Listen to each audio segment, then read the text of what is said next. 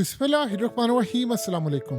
हकीकत TV science and health में खुश आमदीद। हालात बड़े अजीबो गरीब और बड़े ख़राब हो गए हैं। एक ऐसा बयान आया है जिसने पूरे इसराइल में इस वक्त खौफ की लहर बिठा दी है, और ये बयान आया है हमास की जानिब से। आप ये देखें कि बयान तब आता है जब पूरे मुल्क में अवाम सड़कों पर है। बयान ज़रा सुनिए कितना ख़तरनाक है कि अवाम इतने खौफ में है कि वो मज़ीद सड़कों पर निकल गए हैं। सीन ये हुआ है कि हमास की जानिब से कहा गया है, अगर एक भी स्ट्राइक हुआ हम पर, तो इस दफा आप अपने जो कैदी है वो कफन में लेकर जाएंगे। ये इसराइल की अवाम को फैसला करना है कि उनको अपने घर वालों की मैयतें चाहिए, अपने लोगों की मैयतें चाहिए, या उनको अपने घर वाले जिंदा सलामत चाहिए। उन्होंने कहा कि अगर नेतन्याहू ने इस दफा कोई फोर्स का इस्तेमाल किया तो फिर एक बात आप ज़हन में रखिएगा, अगर ये कैदियों के तबादले की डील ना हुई, ये जंग ना रुकी, तो आप तैयार रहें कि उसके बाद जो कैदी हैं वो कफन में वापस आएंगे। जिंदा फिर वापस आने वाली कोई सूरत हाल नहीं है।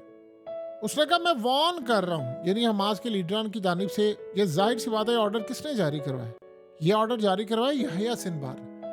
यहया सिनवार ने सारी पॉलिसी चेंज करवा दी। उन्होंने कहा कि अगर नेतन्याहू ने किसी भी तरह से कोई मिलिट्री प्रेशर हम पर डाला या उन्होंने स्ट्राइक करने की कोशिश की, तो फिर ये याद रखिएगा, अब फैमिलीज फैसला कर लें कि उनको जिंदा घर वाले चाहिए या मुर्दा चाहिए।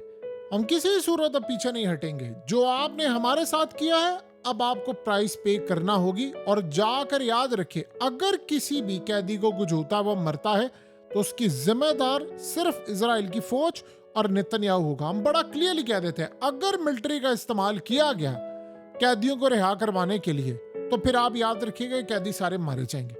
ये बयान इतना खतरनाक है, इतना खतरनाक है कि जब तक इस्माइल हानिया जिंदा थे तब तक कभी हमास ने इस तरह का बयान नहीं दिया।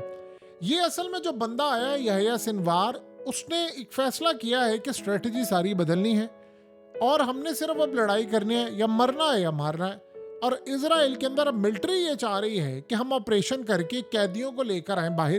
क्योंकि देखिए ना, इस वक्त हालात ये हैं कि आज उनका एक सिक्योरिटी चीफ, यानी वो रिजाइन कर गया है। वो कहता भी मैंने काम नहीं करना। और आपका सिक्योरिटी चीफ जब रिजाइन कर जाता है, ग्राउंड फोर्सेस का सिक्योरिटी चीफ आपका रिजाइन कर गया है, दौरान जंग आपका रिजाइन कर गया, यानी जंग के दौरान आपने जब स्ट्राइक की तैयारियां हो रही हैं, तो ये सारी सूरत हाल में फौज का बड़ा क्लियर स्टांस हो गया कि भाई उन्हें लड़ाई नहीं करनी।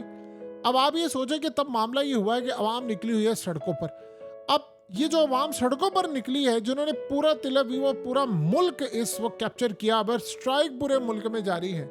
आप ये सोचें कि जब ये मैसेज आया है और सारे इजराइल के मीडिया पर और ख़ास तौर पर उन फैमिलीज की जानिब से, वो पहले जो अवाम निकलनी थी, अब आप देखेंगे वो 10 गुना ज़्यादा बड़ी तादाद में निकलेंगे कि अब हमने, या तो फिर तुम हमें भी मार दो वरना हमने छोड़ना नहीं। अब उन्होंने बड़ा क्लियरली कह दिया है, यानी अब आपको ये स्ट्रेटजी उनकी समझ आ गई। वो स्ट्रेटजी बिल्कुल ये है कि अगर, जब जाहिर सी बात है, पहले तो वही होता था कि कैदियों को वो साथ लेकर सुरंगों से निकल जाते, अब वो कह रहे हैं ऐसा नहीं करेंगे। फौज ने ऑपरेशन किया तो हम फिर वहां पर इनको सामने कर देंगे, यानी फिर उसके बाद स्ट्राइक करेंगे, मारेंगे, फिर ये सामने होगा, फिर आप जाने ये जाने, फिर हम जिम्मेदार नहीं होंगे।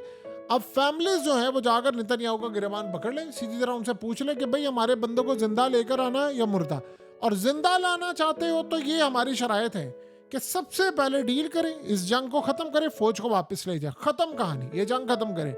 यानी आप अंदाजा कर लें कि इस वक्त इतना ज्यादा नेतन्याहू और फौज के ऊपर प्रेशर है कि अब आप ये सोचें कि दो ही चीजें हो सकती हैं। अब अगर वो ऑपरेशन करते हैं जाकर, तब जाहिर सी बात स्ट्रेटजी यही होगी, ये उनके जो कैदी हैं उनके जिंदा आने के चांसेस बहुत कम है।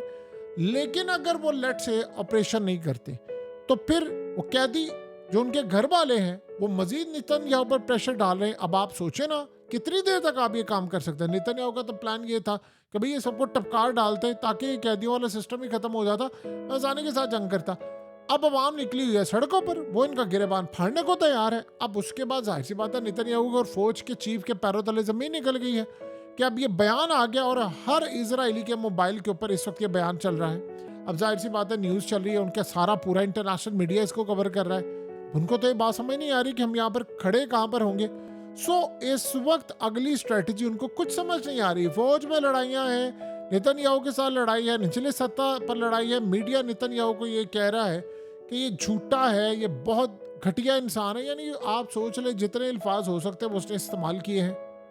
अब नेतन्याहू जब आया था कल रात को कौम से खिताब कर रहे, तो लोग यही समझ रहे थे कि भाई अब कोई रास्ता निकल आया है, तो अब रास्ता निकलने के बाद ये मामला होगा। अब उन्होंने बड़ा क्लियर कर दिया है कि ऑपरेशन अगर किया तो ये सारे मारे जाएंगे, और अगर इनको जिंदा चाहते हो तो जाकर नेतन्याहू और इन सबको कह दो कि डील कर ले, जंग खत्म कर दे, बस बात खत्म। अब सीन ये हुआ है कि इसराइल के ऊपर नॉर्दर्न की साइड पर एंटी टैंक मिसाइल फायर होना शुरू हो गए हैं। यानी अब वो जो लड़ाई है वो मजीद आगे बढ़ रही है, इसराइल के लिए मजीद खतरनाक सूरत हाल पैदा हो रही है। आप ये देखें जो कैदियों के घर वाले एहतजाज में शामिल हैं उन सब ने नेतन्याहू से मिलने से इनकार कर दिया। वो कह रहे हैं इनफ इज इनफ हो गया है। अब हुआ ये है कि ये खास तौर पर सारे के सारे लोग जो हैं वो ड्यूअल नेशनल है, कोई अमेरिकन है, कोई ऑस्ट्रेलियन है। उन्होंने अब ये इस बयान को लेकर नेतन्याहू के खिलाफ मामलत कर दी हैं बहुत ज़्यादा कि हमें कोई जंग नहीं चाहिए, फौज भी तैयार नहीं है जंग के लिए। अब ये बड़ा ही देखें इस वक्त ये जो मरहला शुरू हुआ है उसमें असल बात ये है याह्या सिनवार की। याह्या सिनवार इस वक्त जो स्ट्रेटजी लेकर चल रहा है उसमें उसने बड़ा क्लियरली कह दिया है कि अगर जाहिर सी बात है फुल ऑपरेशन तुम करोगे तो फिर हम तो मारे जाएंगे, तो हमने तो इन सबको भी मार देना है। अब ये देखें ना कि इस वक्त रूस ने क्या बयान दिया है। उन्होंने कहा है कि अगर इसराइल ये समझ रहा है कि हमास ख़त्म हो जाएगी या हमास के साथ साथ आप देखें तो हिजबुल्ला भी ख़त्म कर देंगे, ये प्लान बनाकर बैठे कि ख़त्म हो जाए, वो कभी भी ख़त्म नहीं होगी। ये समझ रहे हैं कि हम उनको ख़त्म कर देंगे, ये नहीं हो सकता। ये रूस ने बयान दिया है। और ईरान तो उन्होंने कह दिया कि बलाई बहुत बड़ी है, कि यानी आप ये सोच रहे हैं ये नहीं होने वाला। अब अल्टीमेटली प्रेशर आ गया नेतन्याहू के ऊपर। देखिए या तो ये फिर सूरत हाल ये होगी कि आर्मी चीफ भी रिज़ाइन कर देगा इसराइल का, और अगर आर्मी चीफ ने रिज़ाइन कर दिया तो हालात आप ये समझ लें कि बिल्कुल कंट्रोल से बाहर, यानी खेल अब उनका ख़त्म। अगर आर्मी चीफ भी रिज़ाइन कर गया तो बाकी बचता क्या है पीछे। फिर उसके बाद एयर चीफ कह देगा। एयर चीफ ने तो कल यानी वहाँ पर ये सूरत हाल होगी, उन्होंने बड़ा क्लियरली कह दिया कि बाइडन ने जो सूरत हाल हमें बताई है, उन्होंने कहा कि इस वक्त हालात इतने ख़राब है कि अगर हमें असला ना मिला अमेरिका से तो हम तो ना हिजबुल्ला का मुकाबला कर सकते हैं, ना हमास का, ना इसके साथ यमन का, और ना ही ईरान का। उन्होंने कहा कि जब ये हम पर हमला हुआ था तो ये हमारे इत्तेहादी उनका असला ही था जिन्होंने हमें आकर बचाया। अब अगर ये हमें ना बचाते तो हम तो मुकम्मल तौर पर तबाह हो गए थे। अब सीन ये हुआ है कि नेतन्याहू आर्मी चीफ को कह रहा है कि नहीं तुम ऑपरेशन करो, नहीं तुम ऑपरेशन करो, जाओ और हमें यहाँ पर ऑपरेशन करके दो। अब आप ये सोचें कि वो कह रहा है कि तुम ऑपरेशन करो और वो कह रहा है कि ऑपरेशन हम करेंगे तो उसके बाद ये सारे मारे जाएंगे। अब यहाँ पर नेतन्याहू और इन सब की आपस की हो रही है लड़ाई, और ये लड़ाई बड़े पैमाने पर चली गई है। फौज के चीफ की और नेतन्याहू की इस वक्त इतनी शदीद लड़ाई है कि शायद तारीख में कभी भी नहीं हुआ। और देखिए ऐसी सूरत हाल हो सकती है कि नेतन्याहू को घर भेज दिया जाए। यानी मसला सारा ये है कि नेतन्याहू या तो अकेला होता तो समझ आती है, वो असल में अकेला नहीं है, उसके पीछे बैठी हुई हैं सारी ताकतें। अब वो तो नेतन्याहू को पूरी तरह घुमा रही हैं, लेकिन अगर इस सूरत हाल में आर्मी चीफ बेबस मजीद हुआ तो जिस तरह आप ये देखिए ग्राउंड फोर्सेस का चीफ रिजाइन कर गया है, ये आर्मी चीफ भी चला जाएगा। और दौराने जंग आर्मी चीफ का रिजाइन करना ये समझ लीजिए कि इजराइल के अंदर उनकी बर्बादी में आखिरी कील ठोकने के मुतरादिफ है।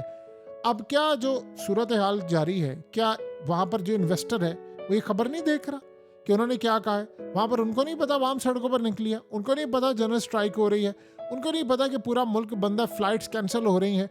और आप यानी आप सोचो कोर्ट के पास गए हैं, कोर्ट ने ऑर्डर जारी किया है कि नहीं सबको स्ट्राइक खत्म करे। अब आम कहते नहीं हमने नहीं करना, लोग कह रहे हैं हमने जॉब्स पर नहीं जाना, कह रहे जी हमने मॉल्स में जाकर दुकानें नहीं खोलनी, हमने कोई काम ही नहीं करना। इसको आप खत्म करें तमाशा, हमें आपने किसी का लगाया हुआ है। रोज रोज हम रातों को सोचते हैं, ऊपर से मिसाइल आ रहे हैं, ऊपर से रॉकेट्स आ रहे हैं, कभी जहाज आ रहा है, कभी हमारे मोबाइल पर मैसेज आ रहे हैं। ये आप करना क्या चाह रहे हैं? खत्म करें इस जंग को।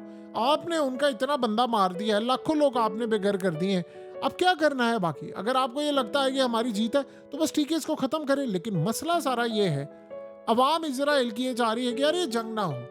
देखिए वो सारा अपना मुस्तकबिल वहां से छोड़कर यहाँ पर है। वो कहता नहीं, हमारा मामला ये है कि हमारी जो तालीमात है वो ये बता रही हैं कि जी जंग जब होती है तो पहले हमें शिकस्त होती है, बाद में हमें फतह होती है।